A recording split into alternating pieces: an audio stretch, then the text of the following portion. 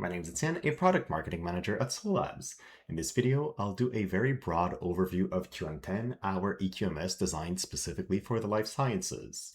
QM10 covers document management, quality process management, and training records management, along with all of the reporting supporting all those sections. From the homepage, users will see everything that's currently assigned to them. So these would be quality processes waiting for my input, documents waiting for my approval or review, training activities waiting for my input. And there is also the ability to create and assign tasks that are happening outside of the software, but that you need to monitor, have a signature or a proof of. These typically go hand in hand with quality processes. Let's say you have a deviation and need to put a batch aside and then have a photo that demonstrate that it's been done, you would be able to do that using the task section. Typically, the complexity of the software will be pushed to a select few training administrators and document coordinators who will be navigating the other menus in the software. More infrequent users will only have to access the items that are specific to what they need to do from the homepage without learning the ins and outs of the software. Document management piece is organized in a folder structure, such as the one that we have here, with the ability to create subfolders and fully control who can see, who can review, and then who can make changes to which documents. So it's a very controlled environment. Documents within QM10 will be automatically transformed into PDFs, which include a cover page containing all metadata and the approval table for the document. Then you get to see your actual document. There's also the automatic generation of a change summary between every version, where you will be able to quickly see what changed between the previous and the current version. You will be able to set the cycles of your choice for approvals. It can be sequential with multiple individuals one after the other. The same logic applies for retire or revision workflows as well. For these cycles, you're able to set templates as well to save time when assigning those. There is an audit trail for every aspect of the software, including the document section, which allows you to see how the document has evolved over time, see all of the existing versions that have happened, and then drill down and download it if you need to.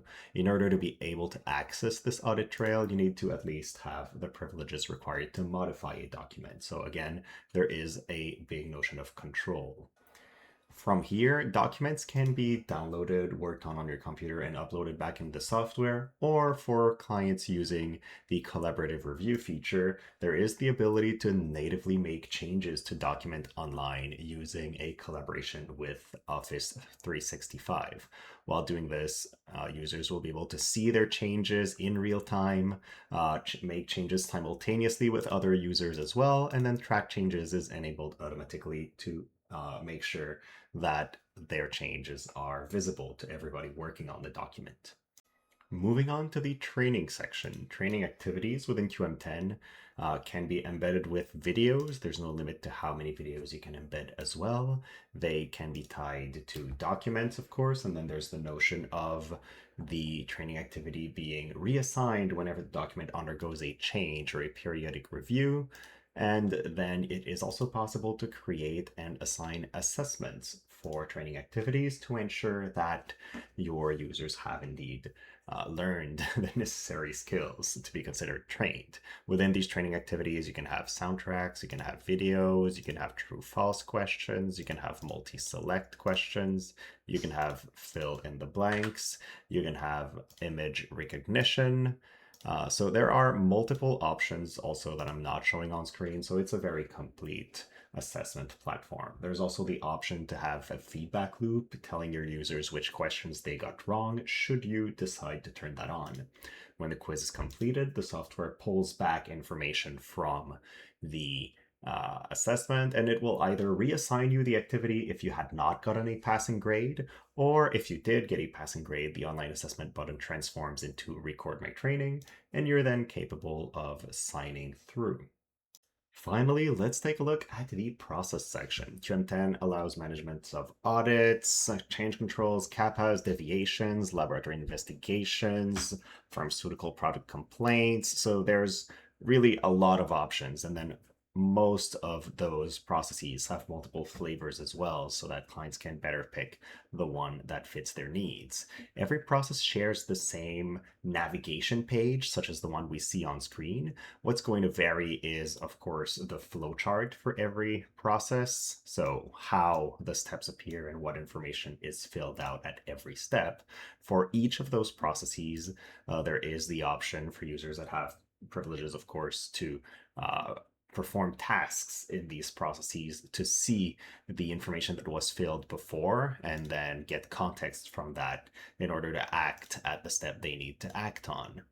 Every process, every document, every training activity can be tied to other items within the software. This is typically leveraged heavily in the process section where you're going to tie an existing change control, in this case, for example, to tasks and then to documents that have to undergo changes. There could also be a training activity tied to it and it would appear here. And you could also be attaching a process to an existing process. So if this was a change control resulting in a deviation, you would be able to have that correlation and then have that show up in reports as well. Another functionality of the process section is the ability to generate and print out summary reports that you can then send by email. This is especially useful if you need to provide information on an existing process to a supplier or an auditor that asks for it without giving them access to the software. This finishes my brief overview of QM10. If you have any questions, please do not hesitate to ask. And also, if you want to dive deeper into any of these sections, we have more detailed videos that really go into every functionality that are available on the SOLABS YouTube platform. So you can go there and then learn more about these sections that are relevant for you.